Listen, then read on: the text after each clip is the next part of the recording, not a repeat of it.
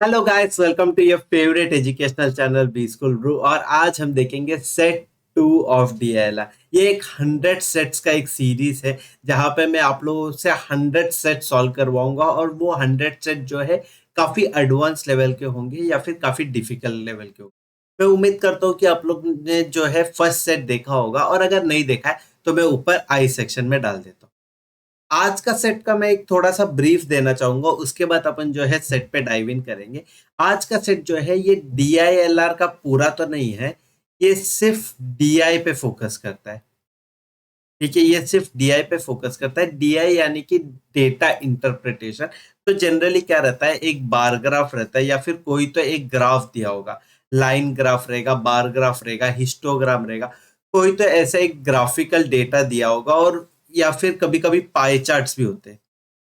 ठीक है, तो ऐसे डेटा रहता है, और वो डेटा को आप लोग को इंटरप्रेट करना रहता है कि उसमें आप लोग को ग्रोथ क्या मिल रहा है, सबसे ज्यादा ग्रोथ कहाँ पे मिला था, यानी कि या फिर जो सबसे ज्यादा सेल्स क्या हुआ था। ये सब डेटा पे अपने को फोकस करना पड़ेगा। डीआई एज सच तो एलआर से काफी सिंपलर रहता है। अगर आप लोगों को एक सेट आया है जो प्योर डीआई का है, और एक सेट आया है जो प्योर एलआर का है, तो अगर ऐसा जब अगर आप लोग को दिख गया एग्जाम में, तो I would really prefer you guys to solve DI का सेट, क्योंकि डीआई का सेट जो रहता है वो कंपैरेटिवली इजी रहता है एलआर के सेट से। लेकिन कैट वाले ऐसे करते नहीं है। कैट वाले रादर क्या करते हैं, डीआई का सेट इजी है, उनको पता रहता है, तो उन लोग डीआई का सेट दे देंगे, लेकिन उसका कैलकुलेशन जो है वो बहुत हाई कर देंगे। तो डीआई का सेट डिफिकल्टी लेवल पे इजी रहेगा, और एलआर का सेट जो है डिफिकल्टी लेवल हाई रहेगा। लेकिन जब कैलकुलेशन पॉइंट ऑफ व्यू देखेंगे, तब डीआई का सेट जो है वो कैलकुलेशन इंटेंसिव हो जाता है, और एलआर का सेट में एज सच कोई कैलकुलेशन रहता ही नहीं। तो ये जनरल अंडरस्टैंडिंग हुआ डीआई और एलआर के सेट्स पे जो दोनों में डिफरेंस है वो। और ये बताते हुए आज मैं आप लोगों को एक और एक्स्ट्रा चीज सिखाऊंगा। वो ये रहेगा कि कैलकुलेटर कैसे यूज करना है। सीईटी या फिर दूसरे एग्जाम जैसे कैट में कैलकुलेटर नहीं है ऐसा नहीं है, कैलकुलेटर अवेलेबल रहता है, लेकिन स्टूडेंट्स को जनरली पता नहीं रहता कि कैलकुलेटर को कैसे यूज करना है। स्टूडेंट जो जनरली यूज करते हैं वो बेसिक मैथमेटिक ऑपरेशन करने के लिए, जैसे प्लस करेंगे, एडिशन करेंगे, सब्ट्रैक्शन के लिए यूज करेंगे, मल्टीप्लिकेशन और डिवीजन के लिए। लेकिन उसके साथ साथ जब पावर्स आता है, लाइक रेज टू पावर 2 या फिर एक्स क्यूब, ये सब टर्म्स आता है, तो बच्चों को ये नहीं पता रहता कि कैलकुलेटर कैसे यूज करना है। और एज सच उस पे कुछ फीचर्स भी नहीं रहता है कैलकुलेटर में, जो आप लोग को रेज टू पावर यूज करने में मदद करता है। तो मैंने तो कैट का कैलकुलेटर नहीं यूज किया, लेकिन जो कंप्यूटर में जनरल बेसिक जो कैलकुलेटर दिया है वो यूज किया, और वो जो है 100% रिसेंबल करता है कैट के कैलकुलेटर से। तो देखते हैं कि वो वाले कैलकुलेटर से कैसे अपने को अटेम्प्ट करना है क्वेश्चन, और मिनिमम टाइम में सॉल्व करना है करके। तो विदाउट वेस्टिंग मच टाइम पहले अपना तो वो मंत्र लिख दे देंगे, जो है हैशटैग डोंट गिव अप। और उसके बाद आज का जो क्वेश्चन है वो सॉल्व करने की कोशिश करें। ठीक है, तो डोंट गिव। और इसके साथ साथ मैं ये भी बोलना चाहूंगा कि आप लोग जो है टेलीग्राम चैनल पे जरूर ज्वाइन हो जाना, जहां पे मैं ये वाले सारे जो 100 सेट्स रहेंगे डीआईएलआर के, उसका मैं विदाउट एनोटेशन क्वेश्चंस डालते जाऊंगा, पोस्ट करते जाऊंगा, ताकि आप लोग जो है वो सीख सकते हो और खुद का प्रैक्टिस के लिए जरूर यूज कर सकते हो। तो टेलीग्राम का लिंक मैं नीचे डिस्क्रिप्शन में दे दूंगा, तो वहां से ज्वाइन इन कर लेना, ताकि आप लोग को जो है एक सॉल्व करने के पर्पज से बहुत सारा क्वेश्चंस का डेटा मिलते रहे। तो विदाउट वेस्टिंग मच टाइम जल्दी से फोकस करते ये वाला क्वेश्चन, और टैकल करने की कोशिश करते ये वाला सेट।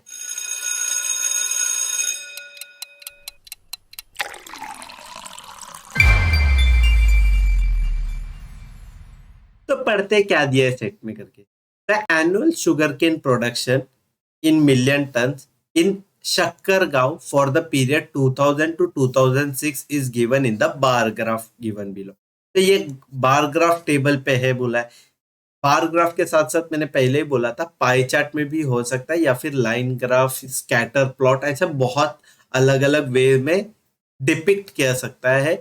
और ये वाला क्वेश्चन वो वाले फॉर्मेट में रहता है। तो जब भी बार ग्राफ या फिर ऐसा कोई ग्राफिकल रिप्रेजेंटेशन दिख जाता है तो जनरल अंडरस्टैंडिंग ये होता है कि वो डीआई का सेट है, ये समझ में आ जाता है।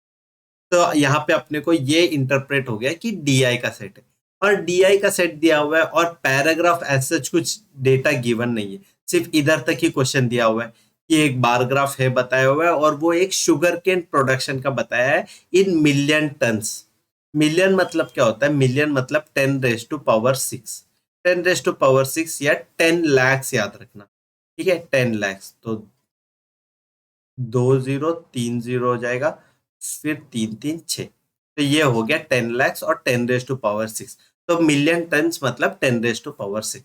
और कहाँ से कहाँ तक दिया? 2000 से लेके 2006 तक, तो 2000 से लेके 2006 तक डेटा गिवन है, और कुछ डेटा एक्स्ट्रा एड ऑन नहीं हुआ है। तो यहाँ पे अपने को जो है हर क्वेश्चन के लिए अपने को डेटा इंटरप्रेट करते रहना पड़ेगा। तो जल्दी से पढ़ते, फर्स्ट क्वेश्चन क्या है। तो फर्स्ट क्वेश्चन ये बताया, what is the approximate average annual sugar cane production in million tons in Shakkargaon for the period 2000 to 2005। तो 2000 से लेके 2005 तक का सारा वैल्यू को ऐड करना है और divide by number of years करना है, जो रहेगा 1 2 3 4 5 6। ठीक है, तो ये वाला क्वेश्चन जो है काफी स्ट्रेट फॉरवर्ड है, कुछ भी इसमें कैलकुलेशन नहीं लगेगा, सिर्फ आपको एक कैलकुलेटर में एडिशन करना पड़ेगा, फिर डिवाइड बाय जो है 6 करना पड़ेगा। बहुत सिंपल सा क्वेश्चन है, अपन स्टेप बाय स्टेप तो सॉल्व करेंगे, टैकल करेंगे, लेकिन मैं यहाँ पे जो है एक ब्रीफ बता रहा हूँ आपको कि क्वेश्चन क्या कहता है करके। अभी सेकंड देखते हैं। सेकंड क्वेश्चन में क्या दिया है, the sugar cane production in Shakkar Gaon in the year 2007, in the year 2007। तो यहाँ पे तो डेटा सिर्फ 2006 तक का है, तो एक एडिशनल ईयर गया है 2007 और उसका डेटा बताया गया, increases by 15% over the year 2006। तो 2006 के जो डेटा है या फिर जो 2006 का जो प्रोडक्शन है उससे 15% जो है ग्रोथ हो गया, ग्रोथ यानी कि इंक्रीज हुआ। तो यहाँ से 15% ग्रोथ हुआ होगा यहाँ पे, और वो वैल्यू क्या है वो कैलकुलेट करके निकाल देंगे। What is the approximate compound annual growth rate of sugarcane production in Shakkargaon over the period 2004 to 2007। तो यहाँ पे 2004 से 2007 का कंपाउंडेड एनुअल ग्रोथ रेट देखना है। तो ये कंपाउंडेड एनुअल ग्रोथ रेट क्या होता है वो मैं बताता हूँ, इसको बोलते हैं CAGR। अगर आप लोग ने शार्क टैंक वगैरह देखा होगा तो वहां पे ये वाला जो टर्म है इसका यूज होता है। ये आप लोगों को MBA में इन डेप्थ पता चल जाएगा कि क्या होता है करके। यहाँ पे मैं जो है आप लोग को एक ब्रीफ आइडिया दे देता हूँ कि कैगर, इसको कैगर भी बोलते हैं, कैगर यानी कि कंपाउंडेड एनुअल ग्रोथ रेट क्या होता है करके। तो अगर आप लोग समझो, आप लोगों को 2005 और 2006 का जो है डेटा नहीं गिवन है, और आप लोगों को फर्स्ट ईयर का डेटा गिवन है और लास्ट ईयर का डेटा गिवन है, तो आपको ये बताना है कि उसमें जो रेट ऑफ इंटरेस्ट क्या लगेगा, रेट ऑफ इंटरेस्ट क्या लगेगा जिससे ये है, ये ग्रोथ कंपाउंडेड ग्रोथ है ऐसा दिखने के लिए। मैं फिर से बताता हूँ कि मैं क्या कहना चाहता हूँ। आपको पता है एक सिंपल इंटरेस्ट होता है और दूसरा जो होता है वो होता है कंपाउंड इंटरेस्ट। तो यहाँ पे ये फर्स्ट डेटा गिवन है, लास्ट ईयर का डेटा गिवन है, और बताया है कि ये एक कंपाउंडेड ग्रोथ है, यानी कि ये एक CI है। और CI का फॉर्मूला क्या होता है? Amount is equal to principal in bracket 1 plus R upon 100 raise to n, बरोबर ना? ये होता है। तो अभी ये अमाउंट जो होता है ये फाइनल डेटा हो गया, तो ये फाइनल डेटा को अमाउंट लिख देंगे, यहाँ पे मैं A लिख देता हूँ। और जो प्रिंसिपल है वो फर्स्ट ईयर का ये हो गया, यानी कि ये वाले क्वेश्चन में 2004 से लेके जाना था, तो 2004 में जो प्रोडक्शन था उसको अपन प्रिंसिपल पकड़ेंगे। तो ये दो डेटा मिल गया, और अभी अपने को सिर्फ एन ढूंढना है, और उससे अपने को जो है आर वैल्यू फाइंड आउट हो जाएगा, क्योंकि एक इक्वेशन रहेगा और एक वेरिएबल रहेगा, तो वो फाइंड आउट होना बहुत इजी रहता है। तो अभी एन ढूंढना है, तो अभी एन में जो है बच्चे लोग को प्रॉब्लम होता है कि बच्चे लोग बोलेंगे 1 2 3 4, 4 साल हो गया तो n को जो है 4 लेंगे, लेकिन वो बहुत गलत होता है और इसमें आप लोग का जो है मार्क्स -1 हो सकता है। तो ये प्लीज अच्छे से ध्यान देना, यहाँ पे n जो है वो 4 नहीं है। n क्या है, ये n इन दोनों के बीच का ईयर है समझो। तो 2004 से 2005 गया तो 1 साल हो गया, 2005 से 6 गया तो वो 2 साल हो गया, 2006 से 2007 गया तो ये 3 साल हो गया। तो यहाँ पे n का जो वैल्यू है वो 3 साल है। ये समझ में आया? ठीक है, तो ये please please please make sure करना कि whenever you are taking CAGR यानी कि कंपाउंडेड एनुअल ग्रोथ रेट, तो उन दोनों के बीच का ईयर्स देखते हैं। तो 2004 से 2007 लोगे तो दोनों साल को इंक्लूड नहीं करेंगे, सिर्फ एक साल को इंक्लूड करेंगे। तो 4 to 5, 5 to 6, 6 to 7। ये अंडरस्टैंड हो गया? तो ये एक कैगर का बहुत इंपॉर्टेंट कंसेप्ट है, ये आपको पता होना चाहिए। और अभी थर्ड क्वेश्चन जो है वो पढ़ते हैं। तो थर्ड क्वेश्चन क्या बताया, out of the following which year has shown the highest percentage increase in sugar cane production in Shakkargaon compare to the previous year. तो सबसे ज्यादा इंक्रीज परसेंटेज क्या हुआ है ये पूछा गया। और ये वाला क्वेश्चन को आप लोग विदाउट कैलकुलेशन सॉल्व कर सकते हो, और उसका ट्रिक जो है मैं वो बताता हूँ आप लोग। और वो वाला ट्रिक जो है मैं बताऊंगा, उसके साथ साथ अपन कैलकुलेशन भी कर देंगे और वेरीफाई भी कर देंगे चाहिए तो आंसर। तो पहले क्या बताया, इंक्रीज हुआ है ये बताया। तो इंक्रीज हुआ है तो यहां से यहाँ पे जो इंक्रीज है वो काफी ऑलमोस्ट हॉरिजॉन्टल लेवल पे, कुछ ऐसा स्टीप लेवल नहीं दिख रहा है, तो एकदम ऑलमोस्ट हॉरिजॉन्टल है। तो यहाँ पे ये वाला कंसिडर अपन नहीं करेंगे। सेकेंड वाला केस में देखते हैं। सेकेंड वाले केस में जो है डिप हुआ है, तो डिप हुआ है तो इंक्रीज हुआ नहीं है, तो ये भी कट।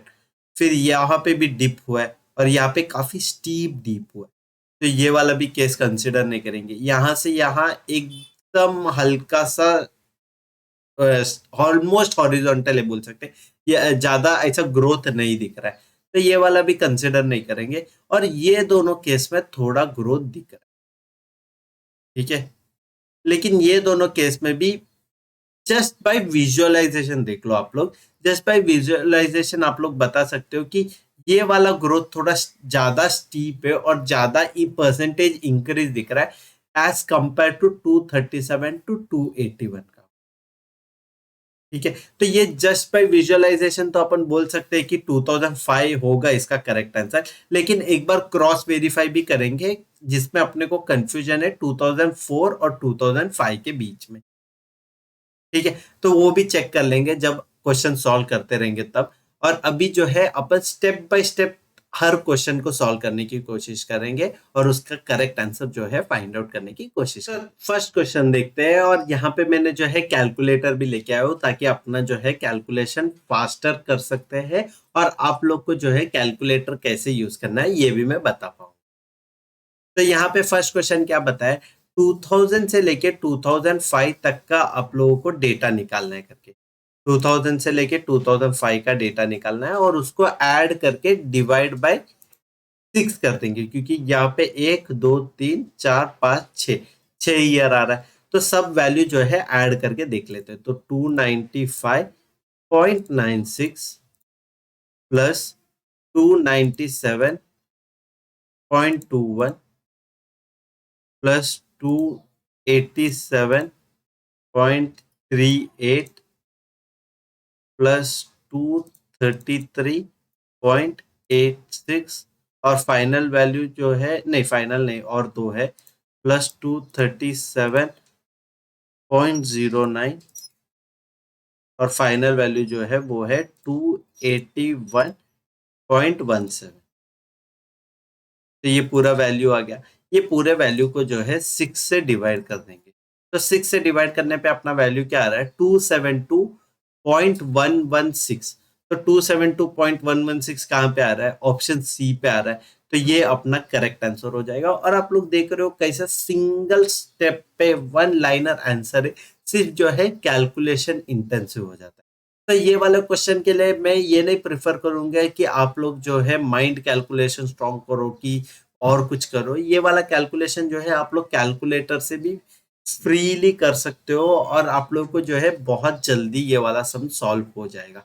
लेकिन अगर आप लोग को ये वाला क्वेश्चन को जो है आप लोग बहुत ये हो कि आप लोगों का माइंड कैलकुलेशन बहुत फास्ट है और आप लोगों को माइंड कैलकुलेशन से ही करना है। तो उसके लिए भी जो है मैं एक छोटा सा ट्रिक बता देता हूँ आप लोगों को, जो ये है कि पहले तो यहाँ पे मैं सी ऑप्शन टिक कर देता हूँ। और अभी जो ट्रिक है वो ये पता चल रहा है कि 200 ही है सब में, सारे वैल्यू में तो 200 ही है ना। तो सब 200 वैल्यू है और अगर उसका एवरेज निकालना है अपने को, तो उसका एवरेज निकालने पे कभी 300 जाएगा क्या? नहीं जाएगा ना, क्योंकि 200 के अपने को 6 वैल्यू दिए हुए हैं और उसका एवरेज निकालना बोल रहे। तो अगर उसका एवरेज निकालना है तो वो कभी भी जो है 300 नहीं पहुंच पाएगा। और क्योंकि वो 300 नहीं पहुंच पाएगा तो ये दो ऑप्शन तो वैसे भी अपना कट हो जाएगा। ठीक है, ये कट हो गया तो अभी अपने पास बचा है ऑप्शन ए और ऑप्शन सी। अभी ऑप्शन ए और सी में जो है आप लोग ये वाले पूरे सिनेरियो से जो है या फिर जो भी डेटा गिवन है उसमें से आप लोग जो है सब में से 200 निकाल दे सकते हो। तो 200 निकाल के एक अप्रोक्सीमेट वैल्यू निकालते हैं। तो 200 निकालेंगे तो फर्स्ट वाला क्या हो जाएगा, 96 हो जाएगा। सेकेंड वाला क्या हो जाएगा, वो 97 ही रहेगा। थर्ड वाला हो जाएगा 87 और फोर्थ वाला हो जाएगा 34 और फोर्थ वाला हो जाएगा 37 और फिफ्थ वाला हो जाएगा 81। ठीक है, यहाँ तक समझ में आया कि मैंने जो है ये अप्रोक्सीमेट राउंड ऑफ किया हुआ है और उसका वैल्यू निकालने का कोशिश किया। फिर अभी उसके बाद जो है इसमें से मैं पहले फर्स्ट डिजिट ऐड कर देता हूँ, सबका जो फर्स्ट डिजिट यानी कि टेंस प्लेस। तो 9 प्लस 9 18, 18 प्लस 8 26, 29, 29 32 40। तो ये 400 हो गया। तो पहले तो ये 400 हो गया, फिर उसके बाद मैं 10 यूनिट्स प्लेस ऐड करता हूँ। तो 7 प्लस 7 14, 14 प्लस 6 20, 20 प्लस 4 24, 24 प्लस 7 31, 31 और 32। तो ये हुआ यूनिट प्लेस का एडिशन। तो पूरा अपना वैल्यू जो आया वो आया 432। अभी 432 को 6 से डिवाइड कर देंगे। तो 432 को 6 से डिवाइड करेंगे तो 7 जा 42 होता है। और फिर उसके बाद जो आता है वो आता है 12। तो 12 क्या हो गया, 6 टू जा 12, तो 72। और क्योंकि अपन ने जो है 200 नेग्लेक्ट किया था या 200 अपन ने ओमिट किया था, तो ये वाला जो आंसर है वो 200 प्लस 72 है। तो अपना फाइनल आंसर क्या आ जाएगा, 272। और अभी 272 तो मेरे को क्लियर कट दिख रहा है ऑप्शन सी से। तो देखो राउंड ऑफ करके भी आप लोग का आंसर जल्दी आ जाएगा, लेकिन अगर यहाँ पे बच्चे लोग हैं जो नंबर्स देख के डर गए और बोले कि कैलकुलेशन बहुत डिफिकल्ट है, तो इसीलिए मैं बोला कि कैलकुलेटर यूज कर दो और ये जो आंसर है बहुत इजीली आप लोग को मिल जाएगा। तो उम्मीद करता हूँ कि जो है आप लोग को ये वाला क्वेश्चन अच्छे से समझ में आया होगा और जो दोनों मेथड से मैंने ये सॉल्व किया वो आप लोग को अच्छे से समझ गया। तो जल्दी से देखते हैं सेकेंड क्वेश्चन क्या है। तो अभी पढ़ते हैं सेकेंड क्वेश्चन क्या दिए गए। The sugarcane production in Shakkargaon in the year 2007 increased by 15%। ठीक है, ओवर द ईयर 2006। तो 2006 से जो है 15% ग्रोथ हो गया। तो 2006 से 15% ग्रोथ हुआ है तो 2007 का कितना होगा पहले मैं वो लिख देता हूँ। तो 2007 का जो रहेगा वो रहेगा 1.15। ठीक है, 1.15 क्योंकि 15% ग्रोथ हुआ है और ग्रोथ यानी कि इंक्रीज होता है। तो 1 प्लस 15% हो जाएगा। तो 1 प्लस 15 को मैं 1.15 लिख रहा हूँ। तो उम्मीद करता हूँ कि ये स्टेप आप लोग सबको पता चल गया है। Multiplied by 337.41। अभी ये जो कैलकुलेशन है ये आप लोग प्रेफर कर सकते हो खुद से करने का, लेकिन मैं जो है मैं कैलकुलेटर यूज करता हूँ यहाँ पे। तो कैलकुलेटर में क्या आएगा, 337.41 मल्टीप्लाइड बाय 1.15। तो इसका वैल्यू आ जाएगा 388.0215। तो इसका वैल्यू जो है ये आ जाएगा 388.0215। तो इसको मैं 388.0 भी पकड़ सकता हूँ क्योंकि राउंड ऑफ करने पे, और राउंड ऑफ करके 2 डिजिट रखना है तो 388.02 लिख दो। तो ये पता चल गया। अभी आगे क्या पूछा है, what is the approximate CAGR of sugarcane production in the Shakargaon over the year 2004 to 2007। तो 2004 से लेके 2007 देखना है।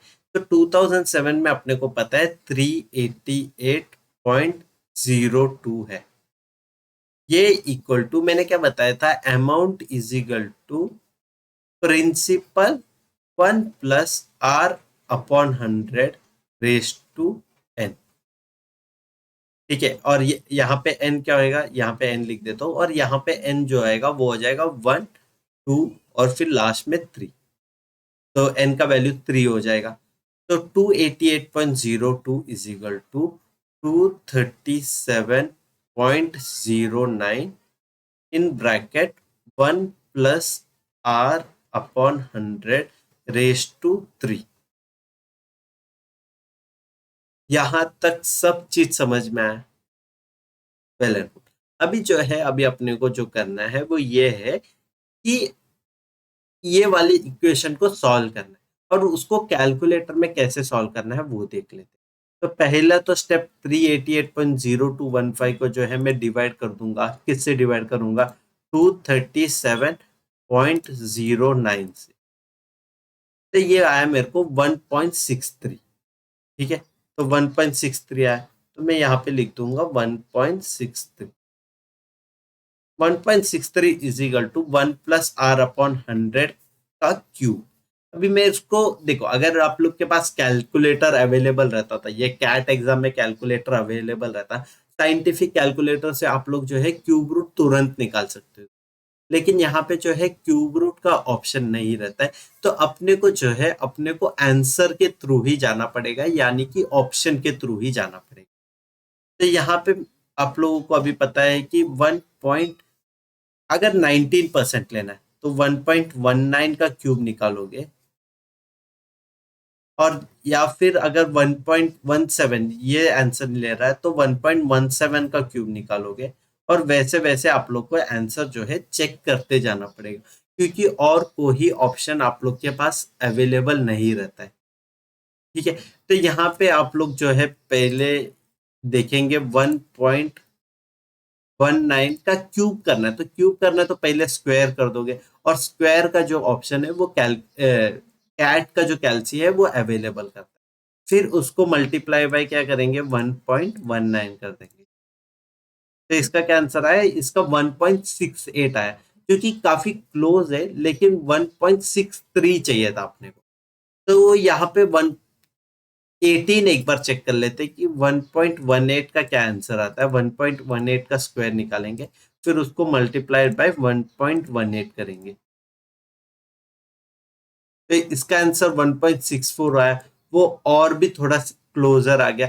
अभी लास्ट अपना ऑप्शन है जो 1.17 करके देखना, और 1.17 और 1.18 में जो है अपने को एक करेक्ट आंसर अपने को फाइंड आउट करना है कि क्या रहेगा करके। तो 1.17 का आंसर बहुत कम हो जा रहा है 1.63 से, तो यहाँ पे जो करेक्ट आंसर जो होगा वो ये होगा कि ऑप्शन डी 1.18। ठीक है, तो 1.18 का जो क्यूब कर रहे हैं, तो 1.18 का जो क्यूब करने से आंसर आता है वो आता है 1.64, which is almost similar to 1.63, और वो हो जाएगा अपना करेक्ट आंसर। तो उम्मीद करता हूँ कि ये वाला क्वेश्चन भी जो है आप लोग को अच्छे से समझ में आया होगा। And I as a student और I as a coach won't recommend you guys to use calculator more often, लेकिन क्या होता है कभी कभी ये डेटा इंटरप्रिटेशन का सेट में इतना कैलकुलेशन इंटेंसिव हो जाता है, तो मैं बोलता हूँ कि मेरे बच्चों को कि आप लोग कैलकुलेटर यूज कर सकते हो कैट का दिया हुआ, वरना तो जनरली मैं जो है मे बी रिफ्रेन करता हूँ कि कैलकुलेटर यूज नहीं करना चाहिए वगैरह करके। और कॉन्ट का जब भी क्वेश्चन होता है तो कॉन्ट के क्वेश्चन में तो मैं बिल्कुल यूज नहीं करता, लेकिन डीआई का सेट्स रहता है तो मैं जनरली यूज कर देता हूँ कैलकुलेटर, और वो ही सेम चीज मैं आप लोगों को भी रेकमेंड या एडवाइस करूँ। तो उम्मीद करता हूँ कि ये वाला क्वेश्चन भी अच्छे से समझ में आया। तो जल्दी से जाते हैं और देखते हैं थर्ड क्वेश्चन क्या है। Out of the following which has shown the highest percentage increase in sugar cane production in Shakkargaon compare to the previous year. तो ऑफ द फॉलोइंग पूछा, तो इन चारों में से सबसे ज्यादा ग्रोथ जो है वो कौन दिखाया ये पूछा। तो पहला तो 2001, तो 2001 कुछ ग्रोथ दिखा है क्या? नहीं दिखा है, तो 2001 जस्ट बाय ऑब्जर्वेशन अपन जो है निकाल देंगे वो वाला आंसर। अभी 2004, तो 2004 as compare to previous year तो 237.09, और वो 4 का ही ग्रोथ किया है, 4 का ग्रोथ किया है ऑफ ऑन 233। तो ये भी जो है अपना करेक्ट आंसर नहीं रहेगा, तो ये दो जो है कट हो जाएगा। अभी ऑप्शन सी और डी बचा है, और ऑप्शन सी देखते हैं। तो ये 281 इन कंपैरिजन टू 237, तो ये ग्रोथ हुआ है 281.17 माइनस 237.09। तो ये वाला ग्रोथ अपने को एक कंपैरिजन करना पड़ेगा, और दूसरा जो है 281 से लेके जो है 337 का ग्रोथ। तो यहाँ पे जो क्लियरली है, मैं तो जस्ट बाय विजुअलाइजेशन बोल सकता हूँ कि 2006 का ही क्लियर कट विनर रहेगा, क्योंकि उस पे जो ग्रोथ हुआ है वो काफी स्टीप हुआ है ग्रोथ। और मैं ये कैसे बोल रहा हूँ कि अगर मैं यहाँ से एक स्ट्रेट लाइन खींच लेता हूँ, तो एक स्ट्रेट लाइन खींचूंगा, और ये इसका टॉप को जो अगर मैं ज्वाइन करूंगा, तो वो एंगल मेरे को ग्रेटर दिख रहा है एज कंपेयर टू ये एंगल। ठीक है, तो ये एंगल से बड़ा दिख रहा है वो वाला एंगल, इसीलिए मैं बोल रहा हूँ ज्यादा स्टीपर ग्रोथ है, तो परसेंटेज ग्रोथ भी जो रहेगा वो हायर रहेगा। लेकिन आप लोग के लिए जो है मैं एक बार कैलकुलेट करके भी दिखा दूंगा, और उससे आप लोग को जो है एक वेरिफिकेशन हो जाएगा, और एक कॉन्फिडेंस रहेगा कि आपका आंसर जो है करेक्ट है करके। तो पहले तो अपन 2005 को चेक करके देखेंगे। तो 2005 को कैसे चेक करना है? 281.17 माइनस 237.09, ये आ गया, और उसको डिवाइड करना है पिछले साल से, यानी कि 2004 से। तो 2004 में क्या है? 237.09, तो इसका वैल्यू हुआ 18% ग्रोथ, 18.6 पकड़ लेते। ठीक है, तो इसका ग्रोथ हुआ 18.6। ये कौन सा ईयर का है? ईयर 2005 का है। अभी ईयर 2006 का निकाल लेंगे, तो ईयर 2006 का जो ग्रोथ है उसका वैल्यू क्या आएगा? 337.41 माइनस 281.17 डिवाइडेड बाय 281.17। तो इसका आंसर देखो, इसका आंसर जो 20 के अराउंड आ रहा है, इसका आंसर 20 आ रहा है, तो यहाँ पे अपना जो ग्रोथ हो जाएगा वो हो जाएगा 20। एक सेकेंड, हाँ, इसका आंसर आ जाएगा 20। तो अभी 18 और 20 में कौन ज्यादा ग्रोथ दिया? तो ऑप्शन डी रहेगा अपना करेक्ट आंसर। तो उम्मीद करता हूँ कि ये वाला क्वेश्चन भी आपको समझ में आएगा, और ये काफी सिंपल सेट था एज कंपेयर टू अपना जो प्रीवियस सेट था, जो एलआर का सेट था। एलआर का सेट नहीं बोल सकता हूँ, लेकिन उसमें डीआई और एलआर दोनों थे। लेकिन ये वाला सेट जो था प्योर जो है डीआई था, और ये वाला क्वेश्चन भी आप लोग को अच्छे से समझ में आया होगा, ये मेरा एक्सपेक्टेशन है। और आप लोगों का अंडरस्टैंडिंग जो है डीआई एलआर में वो स्टेप बाय स्टेप ग्रो हो रहा है। इसके साथ साथ मैं लास्टली ये एक और बार कहना चाहूंगा कि आप लोग जो है हमारे टेलीग्राम चैनल पे ज्वाइन हो जाना, और वहां पे जो है मैं क्वेश्चंस डेली बेसिस पे दे दूंगा, ताकि आप लोग जो है एक प्रैक्टिस पॉइंट ऑफ व्यू से भी आप लोग करते जाएंगे। क्योंकि जो ये रहता है कैट एग्जाम रहता है, इसमें आप लोगों का प्रैक्टिस ही मेन की रहता है, जो आप लोग को डिस्टिंग्विश करेगा एक टॉपर को एक एवरेज बच्चों से। तो आप लोग मैक्सिमम प्रैक्टिस करना, इसीलिए मैं ये जो भी क्वेश्चन है उसका विदाउट एनोटेशन यानी कि प्लेन फॉर्मेट में जो है मैं वहां पे अपलोड करते रहूंगा, ताकि आप लोग जो है प्रैक्टिस करते रहो। और इसके साथ साथ एंड में यही कहना चाहूंगा कि अगर आप लोग को हमारा कंटेंट वगैरह अच्छा लग रहा है, तो प्लीज लाइक शेयर सब्सक्राइब करना हमारे चैनल को, और हमारा जो चैनल है उसको ग्रो होने पे मदद करना। जल्दी से मिलते हैं अगले वाले वीडियो में। Till than happy study, happy brewing. चलो बाय।